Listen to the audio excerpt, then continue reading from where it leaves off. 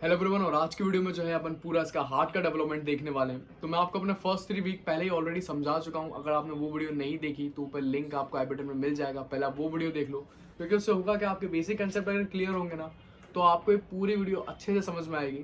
तो सबसे पहले आपको मैं हार्ट के डेवलपमेंट में बताऊँ। अपना क्या होता है, अपने कार्डियोजेनिक एरिया में सबसे पहले अपना हार्ट ट्यूब बनती है, देन उस पूरी हार्ट ट्यूब से फिर अपना हार्ट का फॉर्मेशन होता है। तो आज के वीडियो में मैं आपको पूरा इसका हार्ट ट्यूब समझाने वाला हूँ कि अपना हार्ट ट्यूब की एनाटॉमी क्या होती है।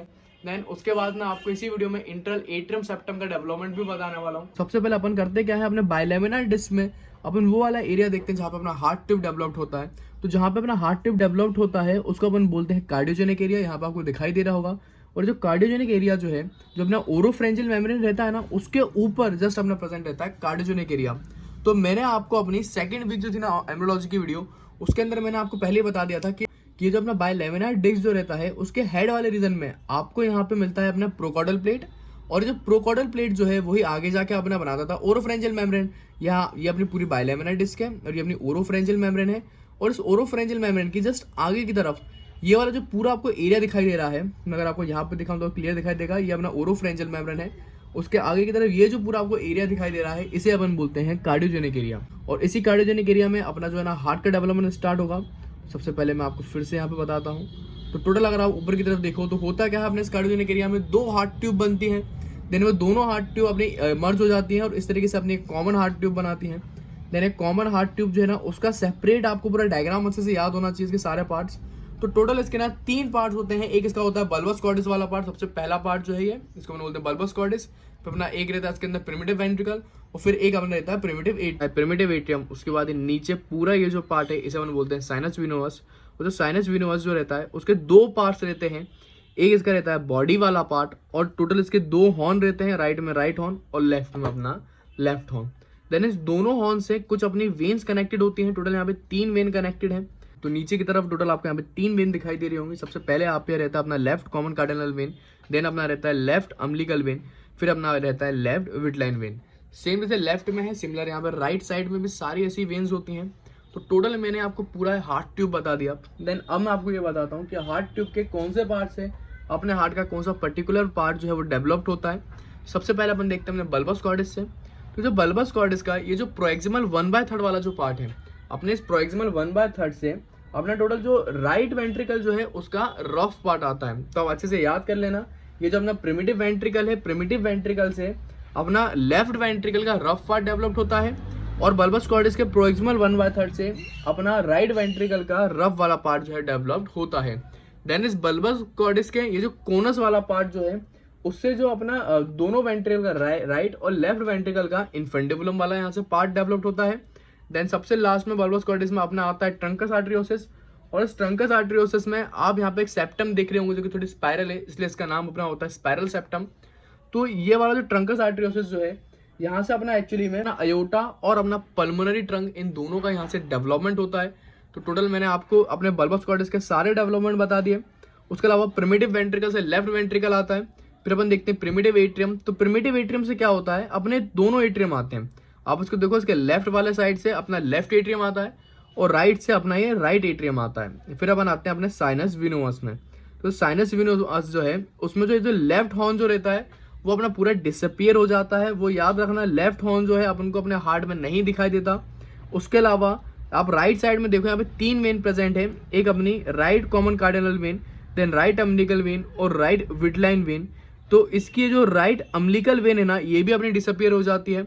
तो टोटल यहाँ पे अपना साइनस में क्या होता है, अपना लेफ्ट हॉर्न अपना पूरा डिसअपियर हो जाएगा और अपना राइट अम्बिलिकल वेन अपना बाद में डिसअपियर हो जाती है।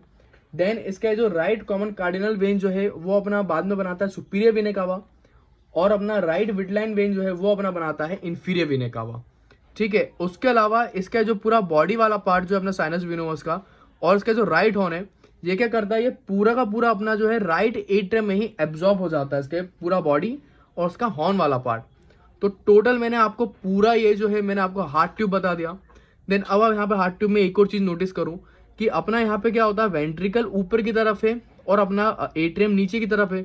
बट अपना जो नॉर्मल हार्ट जो होता है उसमें क्या रहता है, अपना जो एट्रियम है जो है वो ऊपर की तरफ रहता है और वेंट्रिकल अपना नीचे की तरफ रहता है। तो एक्चुअली में यहाँ पे होता है क्या है, यहाँ पे लूपिंग होती है। इस लूपिंग के कारण ये जो अपना एट्रियम है वो ऊपर की तरफ चला जाएगा और वेंट्रिकल नीचे की तरफ आ जाएगा। इसको अपन बोलते हैं लूपिंग ऑफ हार्ट। तो सबसे पहले आपने पूरा अपना हार्ट ट्यूब समझ लिया, और हार्ट ट्यूब के ऊपर का अपने यूनिवर्सिटी में एक सेपरेट क्वेश्चन आपको आ सकता है कि draw the diagram of heart tube का डायग्राम बनाओ, या फिर वो आपको एमसीक्यू में पूछ सकते हैं कि हार्ट ट्यूब के कौन से पार्ट से आपको कौन सा पार्ट डेवलप्ड हो रहा होगा। तो मैंने पूरा आपको हार्ट ट्यूब अच्छे से बता दिया। देन अब मैं आपको इसकी लूपिंग बताता हूँ, किस तरीके से हार्ट की लूपिंग होती है, और उसको समझने के लिए मैं आपको एक वीडियो दिखाऊंगा ताकि आपको और अच्छे से समझ में आए। तो ये जो है दोनों हार्ट ट्यूब है, दोनों हार्ट ट्यूब जो है अपना मर्ज होती हैं और बनाती हैं अपनी एक कॉमन हार्ट ट्यूब। देन इस कॉमन हार्ट ट्यूब का अब इस तरीके से लूपिंग होती है। ये आप देख पा रहे हो, अपना वेंट्रिकल ऊपर है, एट्रियम नीचे। तो अपना आप क्या कर रहा है, एट्रियम ऊपर की तरफ चला जाता है और वेंट्रिकल अपने नीचे की तरफ आ जाते हैं। इसको अपन पोस्टीरियर सुपीरियर लूपिंग देखते हैं। आप इस साइड सेक्शन से देखो, ये अपना वेंट्रिकल एट्रियम है। देन एट्रियम कुछ इस तरीके से लूप होके ऊपर की तरफ चला जाता है। देन इस पूरी प्रोसेस को अपन बोलते हैं लूपिंग ऑफ हार्ट। तो अब अपन देखने वाले हैं अपना इंट्रल एट्रियम सेप्टम के बारे में। तो आपको अपना पता है ये जो है अपना फुल्ली डेवलप्ड हार्ट है। तो यहाँ पे आपको ऊपर की तरफ राइट एट्रियम और लेफ्ट एट्रियम दिख रहा होगा।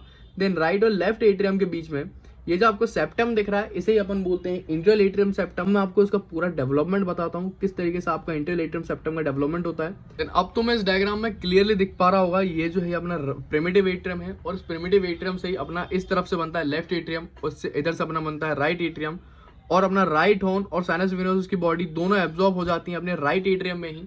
देन अब आप पूरा हार्ट ट्यूब में यहाँ पे देखो, अपना ये जो साइनस वेनोस जो है और अपना जो राइट एट्रियम जो है, उसके बीच में आपको यहाँ पे एक ओरिफिस दिखाई दे रही होगी। इसे अपन बोलते हैं साइनो एट्रियल ओरिफिस। तो होता क्या है, जब अपना साइनस वेनोस का पूरा बॉडी वाला पार्ट जब एब्जॉर्ब होता है ना अपने राइट एट्रियम में, तो ये जो साइनो आर्टियल ओरिफिस जो है ये भी अपनी एब्जॉर्ब हो जाती है यहीं पे। उसके अलावा आप यहाँ पे देखो, ये जो अपना राइट एट्रियम है और अपना जो प्रिमिटिव वेंट्रिकल है, उसके बीच में भी एक ओरिफिस आपको दिखाई दे रही होगी, उसे अपन बोलते हैं, देन इस ओरिफिस को अपन बोलते हैं एट्रियम वेंट्रिकल ओरिफिस। देन इस एट्रियम वेंट्रिकल ओरिफिस में आपको यहाँ पे ब्लू कलर से दो आपको कुशन दिखाई दे रहे होंगे, इसको अपन बोलते हैं एंडोकार्डियल कुशन। देन ये दोनों एंडोकार्डियल कुशन क्या होते हैं, आगे जाके अपने जो है मर्ज हो जाते हैं, ज्वाइन हो जाते हैं दोनों, और अपना यहाँ पे बना लेते हैं सेप्टम इंटरमीडियम। तो टोटल मैंने आपको इसके सारे पार्ट बता दिए। देन अब मैं आपको ये वाला डायग्राम दिखाता हूँ, तो तुम्हें यहाँ पे बिल्कुल सारी चीजें जो है अब क्लियर हो जाएंगी। देन अब तुम ये नीचे वाला डायग्राम देखो, तो नीचे वाले डायग्राम में तुम बिल्कुल क्लियर दिख रहा होगा, ये वाला साइड जो है ये अपना लेफ्ट एट्रियम है और ये अपना राइट एट्रियम है। देन आप देखो, ये जो राइट एट्रियम जो है उसमें आपको यहाँ पे एक ओरिफिस दिखाई दे रही होगी। ये जो ओरिफिस है इसे अपन बोलते हैं साइनो एट्रियल ओरिफिस। मैंने आपको बताया था ना कि ये जो साइनो एट्रियल ओरिफिस है ये अपनी जो राइट एट्रियम है उसमें एब्जॉर्ब हो जाएगा। तो कुछ यहाँ पे ये जो अपना पूरा राइट एट्रियम है, यहाँ पे अपना ये जो साइनो एट्रियल ओरिफिस है ये अपना एब्जॉर्ब हो गया। उसके अलावा नीचे की तरफ ये जो आप देख रहे हो ये अपना सेप्टम इंटरमीडियम है।